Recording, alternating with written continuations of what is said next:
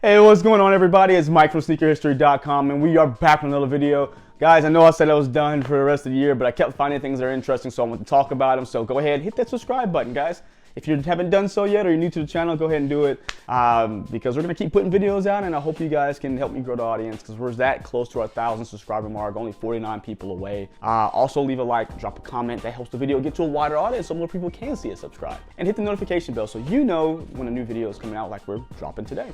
Now, guys, if you need to find me outside of YouTube, you can always find me on Instagram and Twitter at MadWatcher789. And, of course, you can always find me on the Sneaker History Podcast with the guys and sneakerhistory.com. All right, guys, so today is a review I never thought I would do because I'm not a big slide/sandal person unless I'm done playing basketball or maybe at the beach. But other than that, I'm not a big fan of wearing the Crocs or Yeezy foam runners out in the streets because I feel like those shoes are just, I don't know, I feel like they're not protecting you from anything. I feel like there's just so many things that can go wrong. But my thought on the style of shoe has maybe changed a little bit thanks to the good people at Reebok because they sent over a little Christmas gift and it included this pair of shoes. And again, something I never would have thought of, never thought twice when I saw them. Thought they were kind of interesting looking, but it just wasn't for me until I'm actually put them on foot. So by the way, everyone's opinion can change. I know people are like, oh, well, you keep that same energy, but blah, blah, blah.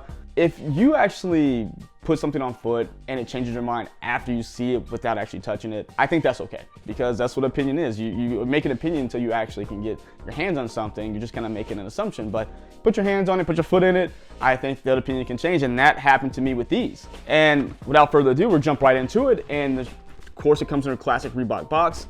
We're looking at the Reebok Beatnik. Now, the Reebok Beatnik is actually a retro because originally released in 1995. I had no idea. I had no knowledge of the shoe until I got it in hand. It is something that's not new. Reebok has been putting them out, I think, for the past year or so. Again, it has that retro, but again, never gave it a second look, but these showed up to my house yesterday. And first of all, thank you guys. I really do appreciate the gift. And you guys know me well because making them all black or sending me an all black pair, you knew I was gonna wear them that way. So shout out to you guys. I really do appreciate you for sending them over. But I have to say that, again, my opinion on these has definitely gone a total 180 because this might be like an everyday wear as much as, it makes sense because it's easy to wear. They're actually really comfortable. And I have to say, give you guys a hot take. I think these are better than Yeezy foam runners, Yeezy slides, and Crocs. Not a fan of any of those shoes. And the reason I say these are better is not because, oh, they sent them to you, you're gonna say that. No, it's not about that because I told you guys I didn't give these a second look. And this wasn't sent to me to make a review. This was sent to me just as a gift. But after I put them on, I felt like I had to give you guys my thoughts. And anywho, the reason I say these are better are purely because of materials and the thought process when these were built. Guys, the upper's actually real materials. It's not a foam. It's not something with holes all in it. Of course, it's still kind of sandal, so of course things can get in the back.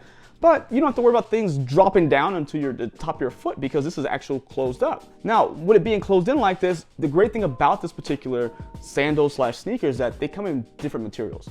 Like the one they sent me here was filled with the Primaloft, which is going to be more like a down material, like a sleeping bag. So that way your foot stays warm in it, so you can wear it with socks, without socks. And it's more geared toward the autumn and the winter time. There's also ones covered in Cordura mesh.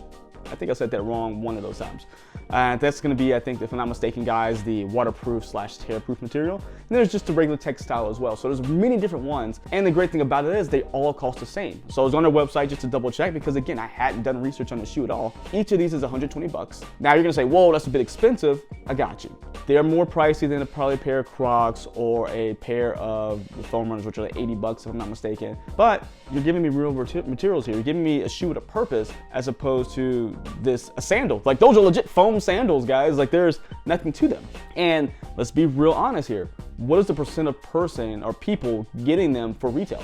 They sell out so fast when it comes to like the foam runners, and Crocs has the whole thing with Salehi Binberry going that there was like 5 of them released. And I say that jokingly, but still, the prices skyrocket. So these are hanging around for 120 and in many different colors, many different makeups, like different designs on top. There's a lot of things going on with this shoe, but again, because it's not the hype person wearing them, they don't get the love they deserve. They're not splattered on Instagram all the time, so they don't get the love they deserve. So I will say, again, as a person who never would have gave these a second look, that these are going to become daily wears for like walking a dog, going to a grocery store, things like that. Again, when it makes sense, because it does everything I need without having to grab a shoe, lace it up, so on and so forth. If I want to be lazy, I'll come in, just Boom, we have a strap up top to keep me locked in a lateral fashion. We got the hook and loop straps on the back to make sure I'm got the right sizing so I'm not slipping. And these are size 10, which are, I think they fit true to size.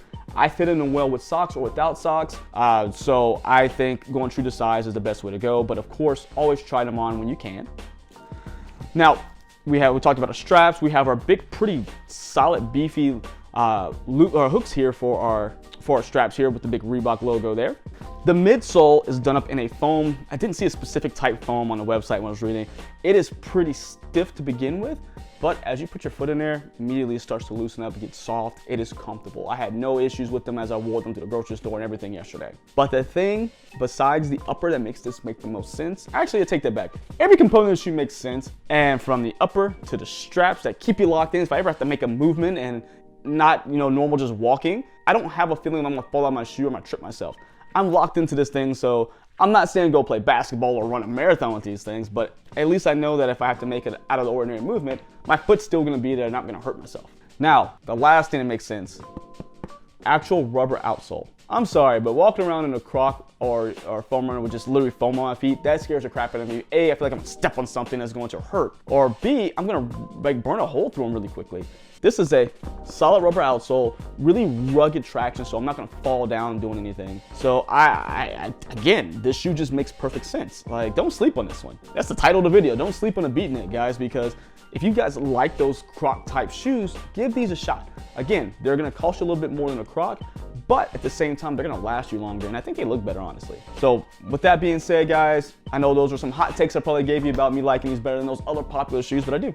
It's just a true statement. Let me know what you think down in the comments. I love hearing from you guys. I appreciate it. If you agree with me, you don't agree with me, it's okay. That's sneakers, we have opinions, that's the beauty of it. So again, let me know down below, and until next time, guys, see ya.